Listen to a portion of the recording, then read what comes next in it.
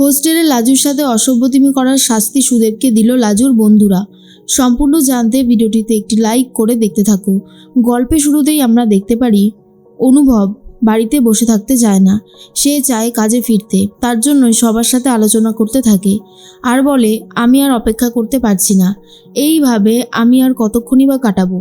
আমার মনে হচ্ছে আমার খুব বোরিং লাইফ হয়ে যাচ্ছে, তাই এই বোরিংনেস কাটাতে আমাকে আমার অফিসে ফিরতে হবে। এটা শোনার পরেই সবাই বলে, তুই এত বড় একটা অ্যাক্সিডেন্ট থেকে সবে সবে সেরে উঠলি, আর এখন যদি তুই এরকম সিদ্ধান্ত নিস তাহলে কি করে হবে। অনুভব বলে, কিন্তু আমার কাছে আর কোনো উপায় নেই, কতক্ষণ এরকম শুয়ে বসে থাকা যায়, মন মেজাজ একদমই ভালো লাগে না, আমি কাজে ফিরলেই ঠিক থাকবো। তখনই বনলতা বলে, ঠিক আছে, আজকে আমি তোমাকে 4টে ভালো সিরিজ নামিয়ে দেবো, তুমি না হয় সেগুলো বসে বসে দেখো। কিঙ্কিনি বলে, না বনলতা, যারা কাজের ছেলে, যারা কাজ করে তাদেরকে তুমি সব সিরিজ ফিরিজ দিয়ে বসিয়ে রাখতে পারবে না। আমার মনে হয় অনুভব যদি একটু একটু করে তাদের কাজের ছন্দে ফিরতে চায়, ওকে ফিরতে দেওয়াটাই উচিত। এতে ও আরও তাড়াতাড়ি রিকভারি করতে পারবে, বরং অলস মস্তিষ্কে ও তাড়াতাড়ি রিকভারি করতে পারবে না।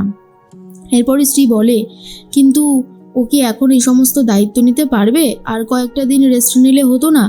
অনুভব বলে, আসলেই আমার একদমই বাড়িতে বসতে ভালো লাগছে না, যতক্ষণ বসে থাকি উল্টোপাল্টা চিন্তা মাথার মধ্যে ঘুরে, তাই আমার মনে হয় কাজে ফেরাটাই দরকার।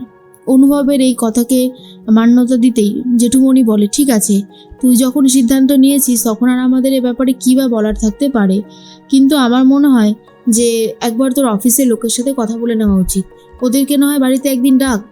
এরপরেই ওরা দেখতে চলে আসে, আর তখনই সবাই বলে, অনুভবদা, তুমি যতদিন না অফিসে যাচ্ছ, অফিসের যে কি চাপ মারাত্মক, তোমাকে বলে বোঝাতে পারবো না। তুমি না থাকলে কোনো কিছুই যেন ঠিক মতন হয় না, সবটাই তোমার জন্য গুছিয়ে থাকে। কবে থেকে যে জয়েন করবে সেটা বলো। এর মাঝখানেই যিনি বস ছিলেন তার সাথে কথা বলতে থাকেন জেঠুমণি, আর বলে, দেখুন, অনুভব তো সবে সবে একটা অ্যাক্সিডেন্ট থেকে উঠলো, ওকে আমরা বলেছিলাম কয়েকটা দিন ছুটি নিতে, কিন্তু ও একদমই ছুটি নিতে চাইছে না। তাই আমার মনে হয় ওকে যদি কয়েকটা দিন একটু রেস্টে, বাড়িতে বসে ওয়ার্ক ফ্রম হোম করতো, একটু কাজের চাপটা কম দেওয়া যেত, তাহলে কি খুব খারাপ কিছু হবে?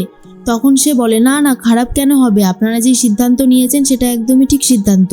আর অনুভবের মতন ছেলেরা খুব ভালো, ওরা কাজ করতে চায়। আর তাছাড়া আমি তো অনুভবকে আজকের থেকে চিনি না, অনেক দিন থেকেই চিনি। ঠিক আছে, আপনি যেমনটা বলছেন তেমনটাই হবে। এদিকে লাজু পড়তে বসেছে, কিন্তু লাজুর মন নেই, কিছুতেই সে পড়তে চায় না, আর ভাবে যে খিটকেল কি সুস্থ হয়ে উঠেছে, খিটকেল এখন কেমন আছে। তার মাঝখানে এক বন্ধু এসে বলে, তোর সাথে এত রাতে একজন দেখা করতে এসেছে। এরপরেই দেখে সুদেব এসেছে আর বলে, কি ব্যাপার, তুমি এখানে কি করতে এসেছো? তোমার কি মাথা ফাতা খারাপ হয়ে গেছে নাকি? কি চাইছো বলো তো? এরপরে এসে বলে, আমি তোকে নিয়ে যেতে এসেছি। শোন, এখানে একটা ঘরে আমি আজকেটা থেকে যাই, কালকে ক্লাস শেষ হয়ে গেলে তোকে নিয়ে আমি গ্রামের বাড়িতে ফিরে যাব। লাজু বলে, এটা কি হোটেল নাকি? না না, তোমার এটাকে দেখে কি মনে হচ্ছে? নিশ্চয়ই মনে হচ্ছে এটা কোনো একটা হোটেল, তাই তো? কিন্তু এটা কোনো হোটেল নয়, আর তাছাড়া তুমি এখানে থাকতেও পারবে না। সমস্ত কথা বলে কোনো লাভ হবে না, তুমি এক্ষুনি এখান থেকে চলে যাও, আর আমিও তোমার সাথে ওই গ্রামে ফিরে যাব না। সব শোনার পরে সুদেব বলে, তোর ভীষণ বার বেড়েছে তাই না রে লাজু? তোকে বলেছিলাম ফিরতে, তোকে ফিরতে হবেই। তুই কি ভেবেছিস তুই এইভাবে আমার সাথে অন্যায় করবি আর আমি কিছু বলবো না? আমি কিন্তু মাকে গিয়ে সমস্ত সত্যিটা জানিয়ে দেব, তখন কি তোর ভালো লাগবে?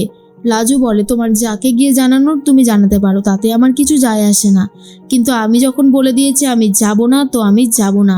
এর মাঝখানেই তখনই সবাই চলে আসে আর বলে, কি হয়েছে রে লাজবন্তী, এই ছেলেটা কি তোকে অসভ্যতামি করছে, তোর সাথে অসভ্যতামি করছে, তোকে জোর করছে কোনো কিছুতে?